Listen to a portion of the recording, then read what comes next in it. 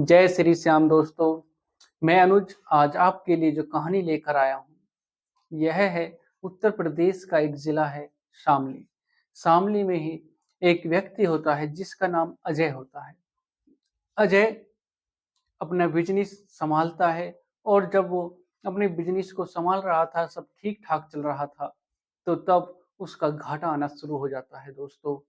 और घाटा ऐसा आता है कि वो सारा कुछ लुटा देता है और उसको ना जाने कैसी-कैसी बुरी आदतों का शिकार होना पड़ता है। दोस्तों, आज की कहानी में ऐसे ही एक भक्त को बाबा श्याम फर्श से अर्श पर ले जाते हैं। किस प्रकार उसका जो बिज़नेस था, उसको दोबारा से स्टार्ट करते हैं। तो दोस्तों, आज की कहानी में अजय की है जो आपको मैं सुनाऊँगा। और कहानी में आगे बढ़ने से पहले अगर आप मेरे चैनल पर पहली बार हैं, चैनल को सब्सक्राइब करें, वीडियो को लाइक करें, शेयर करें, कमेंट करें और बेल आइकन ज़रूर दबाएँ, जिससे कि मेरे आने वाली हर एक वीडियो आप तक पहुँच सके और आप इसी प्रकार बाबा श्याम के चमत्कारों को सुन सकें, बाबा श्याम की कहानी सुन सकें। तो दोस्तों, चलते हैं इस कहानी की तरफ। दोस्तों, आज की जो कहानी है, यह है शामली की। शामली में एक अजय नाम का व्यक्ति होता है और उसका अपना ही बिज़नेस होता है।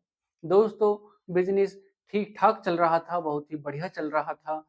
तो कहते हैं कि जब व्यक्ति के पास पैसा ज़्यादा हो जाता है, तो पैसे को ठिकाने लगाने के लिए उस व्यक्ति में कुछ न कुछ ऐब ज़रूर लग जाता है। वो उस पैसे का दुरुपयोग करने लग जाता है। दोस्तों, धीरे-धीरे अजय को नशे की लत लग जाती है और वो धीरे-धीरे शराब पीना स्टार्ट कर देता है और न जाने कैसे-कैसे जो नशे होते हैं, उनको प्रयोग में लाने लगता है और वो अपने बिज़नेस से दूर होता चला जाता है।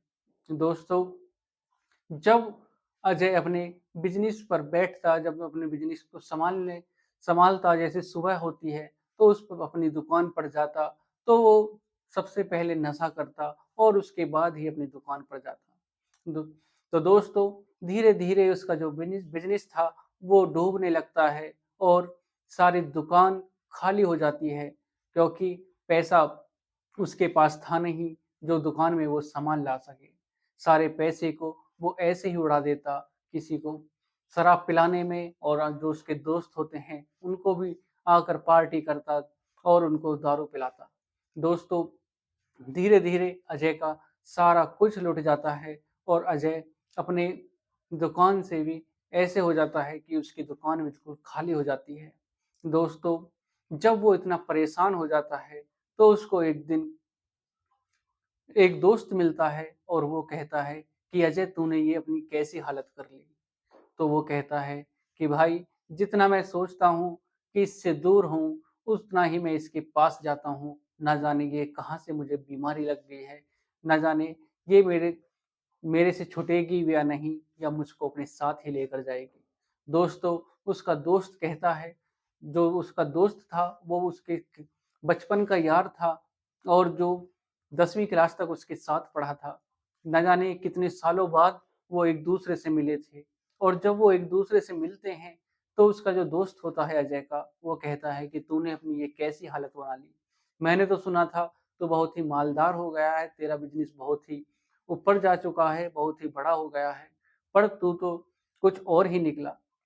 वो कहता है कि मेरा सब कुछ सही चल रहा था और ना जाने मुझे कहाँ से ये लत लग गई और मैं नशे का शिकार हो गया।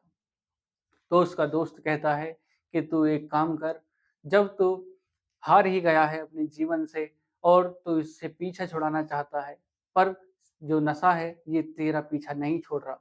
तू मेरे साथ मेरे बाबा के धाम चल, बाबा श्याम के धाम चल, वहाँ पर तेरी सारी दुःख तकलीफ़ें, सारे जितने भी तेरे ये बुरे ऐब हैं, ये सब छूट जाएँगे। उसके बाद अजय कहता है कि कौन है ये बाबा श्याम? तो उसका दोस्त उस बाबा श्याम की उसको पूरी कहानी बताता है और कहता है कि तू बस अपने मन ही मन बाबा श्याम का नाम ले, बाबा श्याम का सुमिरन करता रहे। तो वो धीरे-धीरे कोशिश करता है और फिर वो धीरे-धीरे शराब की लत से दूर हो जाता है और फिर एक दिन अपने दोस्त के पास फ़ोन करता है कि यार, जो तूने बताया था वो तो बहुत ही ठीक निकला। वो तो जब मैं सुमरन कर रहा हूँ, मेरा धीरे-धीरे मन बाबा श्याम में लगने लगा है और मुझे लग रहा है कि बाबा श्याम की कृपा होने लगी है। तो वो कहता है उसका दोस्त, तो ठीक है, चलते हैं बाबा श्याम के दर और तुझे भी बाबा श्याम के दर्शन करा के लाता हूँ। तो दोस्तों, दोनों दोस्त एक साथ मिलकर बाबा श्याम के धाम जाते हैं, खाटू धाम जाते हैं और तोरण द्वार पर पहुंचने के बाद उसका दोस्त कहता है कि यही है तोरण द्वार, जहां पर सबकी दुख तकलीफें दूर हो जाती हैं, सबकी मुसीबतें दूर हो जाती हैं। तो यहाँ पर मैं अपना माथा टेक और यहीं से तेरी सारी दुख तकलीफें दूर हो जाएंगी। तो उसका अपने दोस्त के कहने पर अजय भी तोरण द्वार पर माथा टेकता है और आगे बाबा श्याम के दर्शनों के लिए चल देते हैं।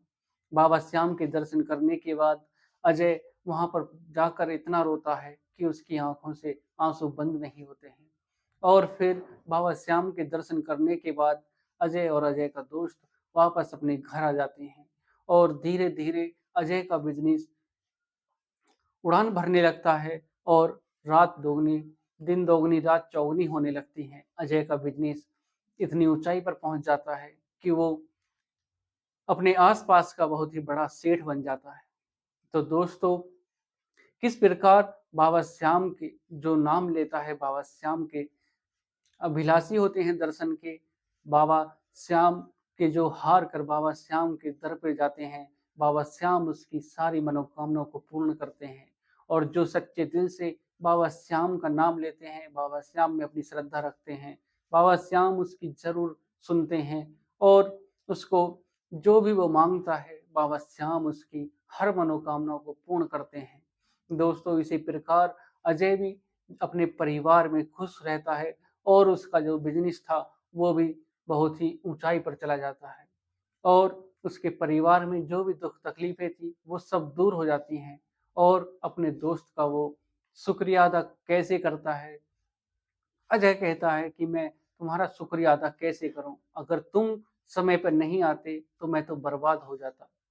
तो उसका दोस्त कहता है कि कोई बात नहीं यार, मिले तो सही देर से, वक्त आए, देर आए पर दुरुस्त आए, तो तुम टेंशन मत लो, तुम समय से ही तुम संभल चुके हो, अगर और देर हो जाती तो न जाने क्या होता।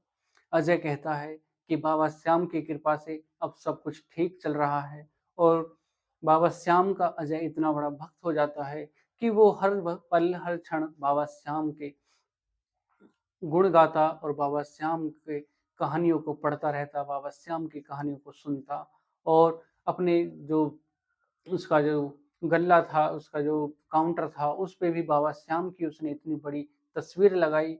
सबसे पहले जाकर वो बाबा श्याम के ही चरणों में नमन करता, वंदना करता, पूजा पाठ करता, उसके बाद ही वो अपने काम को आगे बढ़ाता।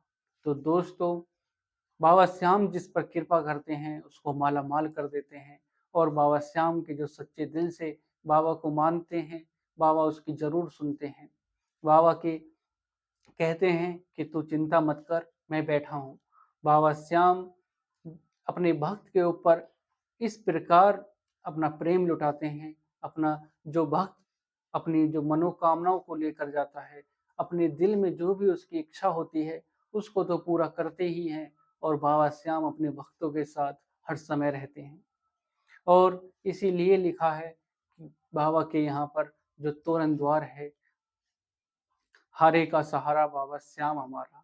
जो वक्त अपनी जिंदगी में सब परेशान हो जाते हैं, सारी दुनिया में घूम कर आकर उन्हें तब भी उन्हें सुख शांति नहीं मिलती, तो जो बाबा के इस दर पे जाते हैं, बाबा के तोरण द्वार पर जाते हैं, बाबा के यहाँ पर जाकर माथा टेकते हैं, बाबा को सच्चे दिल से याद करते हैं, बाबा उसकी हर मनोकामना को पूर्ण करते हैं। और जब कोई भी व्यक्ति हार कर बाबा के दर पर जाता है तो बाबा उसकी जरूर सुनते हैं और उसको मालामाल कर देते हैं और उसको सेठ भी बना देते हैं और उसकी सारी मुसीबतें दूर कर देते हैं। तो दोस्तों, आज की कहानी आपको कैसी लगी? अगर आपको वीडियो तनिक भी अच्छी लगी हो तो चैनल को सब्सक्राइब जरूर करें। अगर आप चैनल पर पहली बार हैं चैनल को सब्सक्राइब करें और वीडियो को लाइक करें, शेयर करें, कमेंट करें और कमेंट बॉक्स में जय श्री श्याम ज़रूर लिखें। अगर आपके साथ भी कोई ऐसा ही चमत्कार हुआ है, तो आप कमेंट बॉक्स में बता सकते हैं और मैं आपको अपनी ईमेल आईडी भेज दूँगा। कमेंट बॉक्स में अगर आप कोई भी अपना चमत्कार बताना चाहते हैं, तो हाँ लिखें और मैं आप अपने डिस्क्रिप्शन में अपनी ईमेल आईडी फिल कर दूँगा, जिससे कि आप मुझे अपनी जो कहानी है, अपने चमत्कार हैं, आपके साथ जो भी ऐसा कुछ हुआ है, तो हम आपके लिए आपकी कहानी को सुनाएँगे। तो दोस्तों चलते हैं, आज के लिए सिर्फ़ इतना ही। जय श्री श्याम।